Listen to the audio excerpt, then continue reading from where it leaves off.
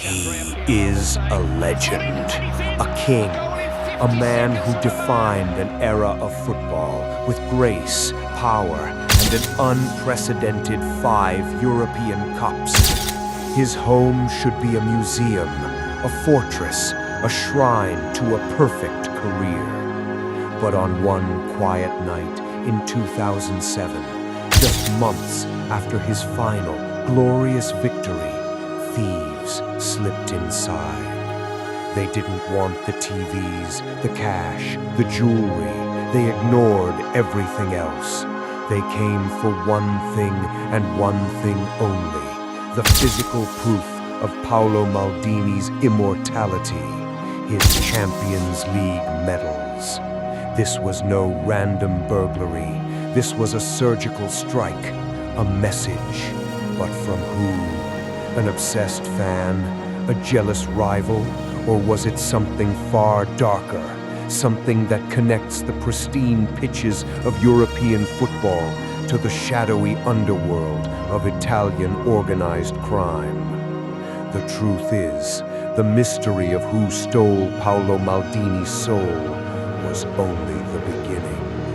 And what we discovered will change how you see the beautiful game forever. To understand the magnitude of this loss, you first have to understand the man, Paolo Cesare Maldini. For 25 years, he wasn't just a player for AC Milan. He was its soul, the heir to a dynasty, captain, leader, legend. His trophy cabinet wasn't just a collection, it was the history of European football itself. 7 Serie A titles, 1 Coppa Italia, 5 Supercoppa Italiana, 5 UEFA Super Cups, 2 Intercontinental Cups, and the crown jewels, the European Champion Clubs Cup, and its modern evolution, the UEFA Champions League trophy. He won it 5 times: 1989, 1990, 1994, 2003, 2007. The 2007 victory in Athens was particularly sweet. Revenge against Liverpool for the miracle of Istanbul 2 years prior. For Maldini, at 38 years old, it was a perfect storybook ending. A 5th star on his personal crest. He returned to Milan a conquering hero. His medals, symbols of a lifetime of dedication, were kept at his home in Milan's affluent Porta Vittoria district. A secure private residence, the house of a king. But kings have enemies, and trophies make a target. In the early hours of a day in late 2007, the exact date was never publicly released to avoid copycats, the Maldini family was away. The house was quiet, empty, or so it seemed. The first sign something was wrong was a shattered window pane on a ground floor door. A clean break. Professional. What the thieves did next inside the house proves they weren't amateurs. In fact, their actions were so precise, so calculated, it suggests they had help from a very unexpected source. Imagine you're a thief. You've broken into the home of one of the most famous athletes in the world. What do you take? This was a treasure trove, state-of-the-art electronics, designer furniture. We know from limited police reports that there was valuable jewelry in drawers, expensive watches, cash. The thieves walked past it all. Their path through the house was direct, unerring. They knew the layout. They moved with a purpose that excluded all other possibilities. They beelined for the trophies. There, in their display cases, were the medals, the physical embodiment of 25 years of sweat, sacrifice, and glory, the ultimate symbols of victory. With clinical precision, they were taken. All 5 Champions League medals gone. But here's where the story gets even stranger. They didn't take everything. They took the 5 European medals, but they left his Serie A winners' medals, They left his domestic cups. They took the crown jewels and ignored the rest of the royal treasury. This is the first and most important clue. This was not a crime of opportunity. This was a crime of specific intent. They weren't there to get rich quick on the black market. They were there for a message. Who hires a thief to steal not for money, but for symbolism? The answer to that question lies in the darkest corners of football fandom. But to find it, we have to travel to a place where obsession curdles into hatred, and where the love for one club becomes a violent hatred for another. Football in Italy, specifically in Milan, is more than a sport. It's a tribal identity, a religion. And Paolo Maldini wasn't just a player, he was the god king of one tribe, AC Milan. And every king has his rivals. For Maldini, his entire career was lived in the fierce, unrelenting rivalry with Inter Milan. The Derby della Madonnina is one of the most passionate and often hostile derbies in world football. And for a subsection of Inter's most hardline, extremist fans, known as ultras, Maldini was the ultimate symbol of their enemy. His success was their pain, his glory, their humiliation. In the darker corners of Inter forums in the mid-2000s, a disturbing narrative was born, a myth, a curse. The chant went that Maldini would never win a sixth Champions League. It was a hex thrown by the opposition. And after the heartbreak of Istanbul in 2005, some truly believed it. When he did win his fifth in 2007, it wasn't a triumph to them. It was an affront, an insult that needed to be answered. Could an obsessed Inter-Ultra or a group of them have orchestrated the theft to symbolically enforce their curse? To take from Maldini what he valued most, not for money but for spite? To prove that even in his moment of ultimate victory, they could still reach him? The theory is compelling. It fits the motive of a symbolic, targeted attack. The medals themselves would be priceless to Maldini, but nearly impossible to sell on the open market without instantly being identified. Their value was purely emotional. Their theft, an act of psychological warfare. But while the ultra theory is dramatic, there's a fatal flaw in the logic, and it involves a secret meeting between Maldini and a man from the other side of the law, a meeting that points to a much more powerful and dangerous culprit. To explore our next theory, we have to step into the underworld. Italy has a long, documented history of organized crime infiltrating every aspect of society, and football, with its huge flows of cash, passion, and global reach, is a prime target. The Ndrangheta, the Calabrian Mafia, not as famous as the Sicilian Cosa Nostra, but by the 2000s, considered by many experts to be the richest, most powerful, and most ruthless criminal organization on the planet. Their tentacles reach into everything: drugs, weapons, public works contracts, and sports. How does this connect to a burglary? Not through a direct order, but through a twisted code of honor. Here's a lesser-known fact about the theft. Shortly after the medals were stolen, word filtered back to Maldini through channels. He was told that the thieves were sorry, that it was a mistake. Think about that. Professional thieves who executed a near-perfect surgical strike on a specific target, now claiming it was a mistake? That doesn't add up, unless the theft was intended for someone else. The theory goes like this. A high-ranking sports official or a wealthy executive with Ndrangheta ties had a stunning collection of sports memorabilia.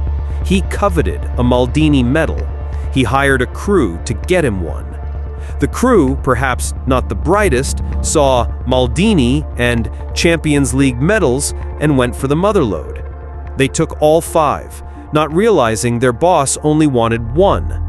They had offended their employer by being too greedy, drawing far too much heat and media attention to what was supposed to be a quiet, discreet acquisition. The apology to Maldini was a way to smooth things over, to say this wasn't meant for you, it was an error in execution. If this theory is true, it means the medals likely ended up in the private collection of a mafia boss, hidden away from the world forever. But there is one final and perhaps most terrifying theory. One that suggests the thieves didn't just know what to take, they knew exactly how to get in, because they were already inside.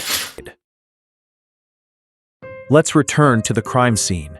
The precision, the knowledge of the layout, the ability to bypass any potential security systems, details of which were never made public. This level of intel doesn't come from watching a few interviews or studying a floor plan from a magazine. This is insider knowledge. This leads us to the most paranoid, but perhaps most plausible theory of all: the inside job. Who had access? Who knew the routine, the security codes, the location of the metals within the house? The list is short. House staff, contractors who had recently worked on the property, close friends, family.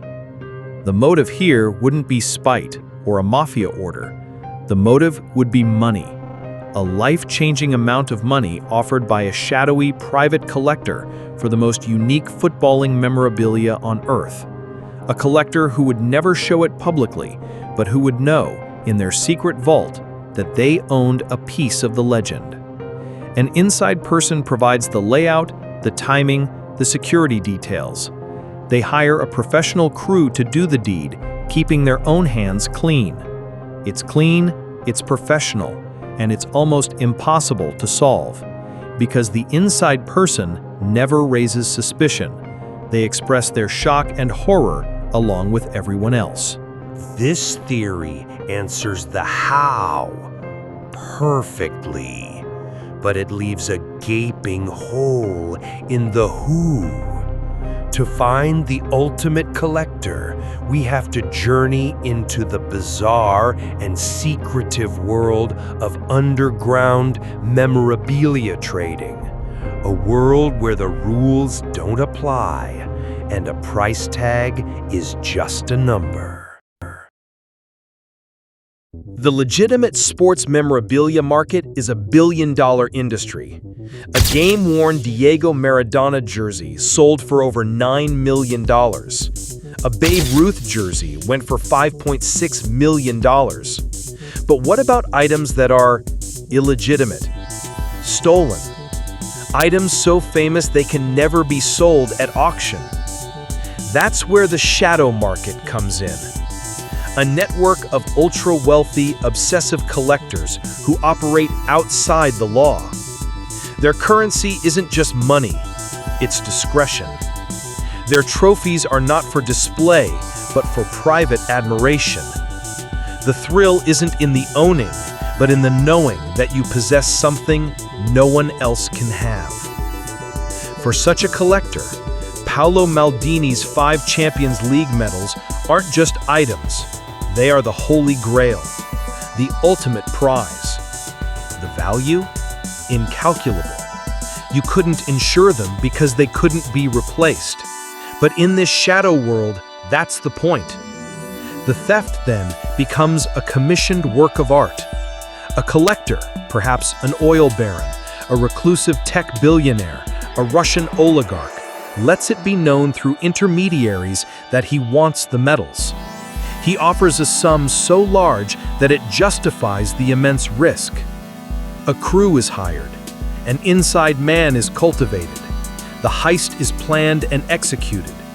The medals change hands in a private jet hangar or a Swiss bank vault.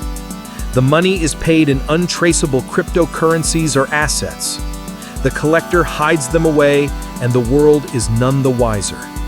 He has, quite literally, purchased a piece of footballing history, and he has gotten away with it. But if this is true and the metals are locked in a vault thousands of miles away, that would mean the case is truly, hopelessly cold. Unless there was a sighting, a whisper, a clue that surfaced years later, suggesting the truth is even stranger than any fiction we could imagine. In 2015, 8 years after the theft, a rumor emerged from the underworld of Naples. It was vague, unconfirmed, but persistent. A Camorra crime syndicate member, arrested on unrelated charges, was trying to make a deal. He offered information. Among the things he claimed to have knowledge of was the whereabouts of some famous football medals. The story, as leaked to an Italian crime reporter, was bizarre. The claim was that the medals had been stolen to order, but the deal had gone sour. The middleman had disappeared with the payment. The thieves were left holding the hottest property in Italy, unable to sell it, unable to give it back. Frustrated and fearing the heat, they allegedly did the unthinkable. They melted them down. The gold, worth a mere fraction of the symbolic value, was sold for scrap. The priceless artifacts of a legendary career were gone, not hidden in a vault, but destroyed, erased from history. The ultimate insult, the ultimate tragedy. The rumor was never verified. The police downplayed it. It was, they said, the boastful lie of a criminal trying to seem important. But the idea is so horrifying, so final, that it haunts this case. If true, it means the thieves didn't just steal Maldini's past, they annihilated it.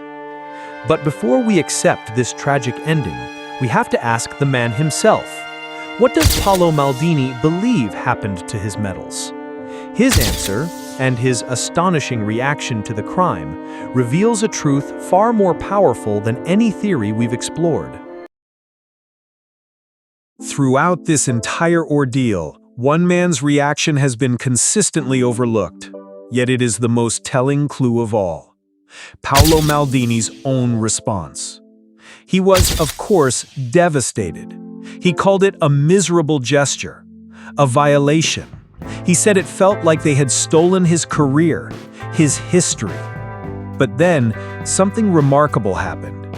He didn't break. He didn't rage. He displayed the same cool, collected, dignified leadership he had always shown on the pitch. In interviews, he made a profound point.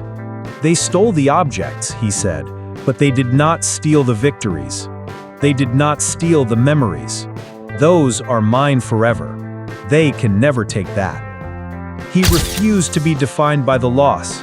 He refused to let the thieves win. He had the replicas issued by UEFA put on display. Life went on. This reaction is perhaps the most damning evidence against the obsessed ultra theory. Their goal was to hurt him, to diminish him. And while the theft certainly hurt, it did not break him.